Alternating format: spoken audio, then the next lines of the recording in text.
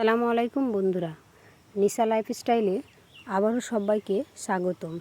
নিশা লাইফস্টাইলে আজকের রেসিপি সেমাই। এই সেমাই দেখতেও যেমন লোভনীয় তেমন খেতেও খুব টেস্টি হয়। এই সেমাই অবশ্যই একবার বাড়িতে এভাবে ট্রাই করে দেখতে পারেন। তো বন্ধুরা, দেখতে পাচ্ছেন, কথা না বাড়িয়ে শুরু করা যাক। তো এই সেমাইয়ের জন্য আমি নিয়ে নিয়েছি এক প্যাকেট সেমাই। এটাকে 3 টুকরো করে ভেঙে নিয়েছি, ছোট ছোট টুকরো করে নিয়েছি, দেখতে পাচ্ছেন। এবার নিয়ে নিয়েছি কয়েকটা কাজু, 2টো দারচিনি, 3টে ছোটো এলাচ, একটা বড় এলাচ আর কিছু কিশমিশ। এবারে গ্যাসের মধ্যে কড়াই দিয়ে কড়াইটাকে একটু গরম করে দিয়ে দিলাম কিছু পরিমাণে সর্ষের তেল।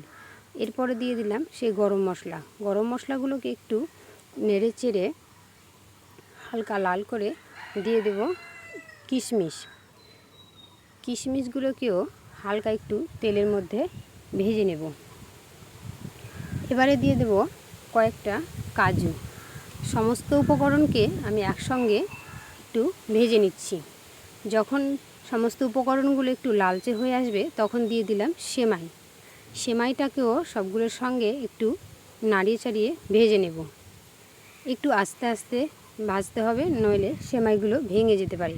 এবং এই মুহূর্তে গ্যাসের ফ্লেমটা একটু লো আঁচেই রাখতে হবে।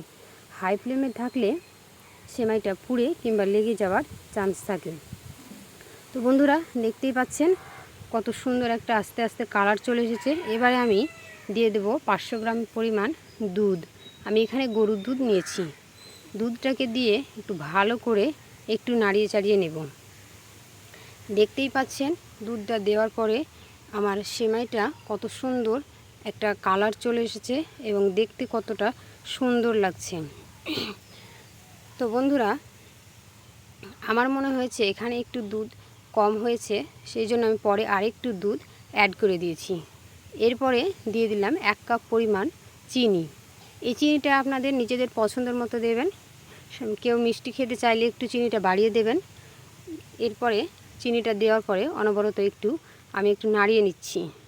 এভাবে নাড়াচাড়া করতে থাকতে হবে। দেখতে পাচ্ছেন কত সুন্দর হয়েছে, কত সফট হয়েছে। আমি আপনাদের দেখিয়ে দিচ্ছি। তো বন্ধুরা, আমার এই সেমাই রেসিপিটা যদি আপনাদের ভালো লেগে থাকে তাহলে কমেন্টে জানাবেন। তো বন্ধুরা দেখেন, আমি একটু টেস্টটাকে স্বাদের জন্যে ব্যালেন্স করার জন্য আমি একটু দিয়ে দিলাম লবণ। এবারে আমার রেসিপি একদম তৈরি, দেখতেই পাচ্ছেন। তো বন্ধুরা, আমার এই রেসিপি যদি আপনাদের ভালো লেগে থাকে তাহলে কমেন্টে জানাবেন, লাইক শেয়ার সাবস্ক্রাইব করতে ভুলবেন না। আর আমার নতুন বন্ধু হলে চ্যানেলটা সাবস্ক্রাইব করে দেবেন। দেখতেই পাচ্ছেন, এবার আমি একটা পাত্রের মধ্যে ঢেলে নিচ্ছি। দেখতেই পাচ্ছেন কতটা সুন্দর, কতটা পারফেক্ট হয়েছে আমার এই রেসিপি। নিশা লাইফস্টাইলে আজকের রেসিপি এখানেই শেষ।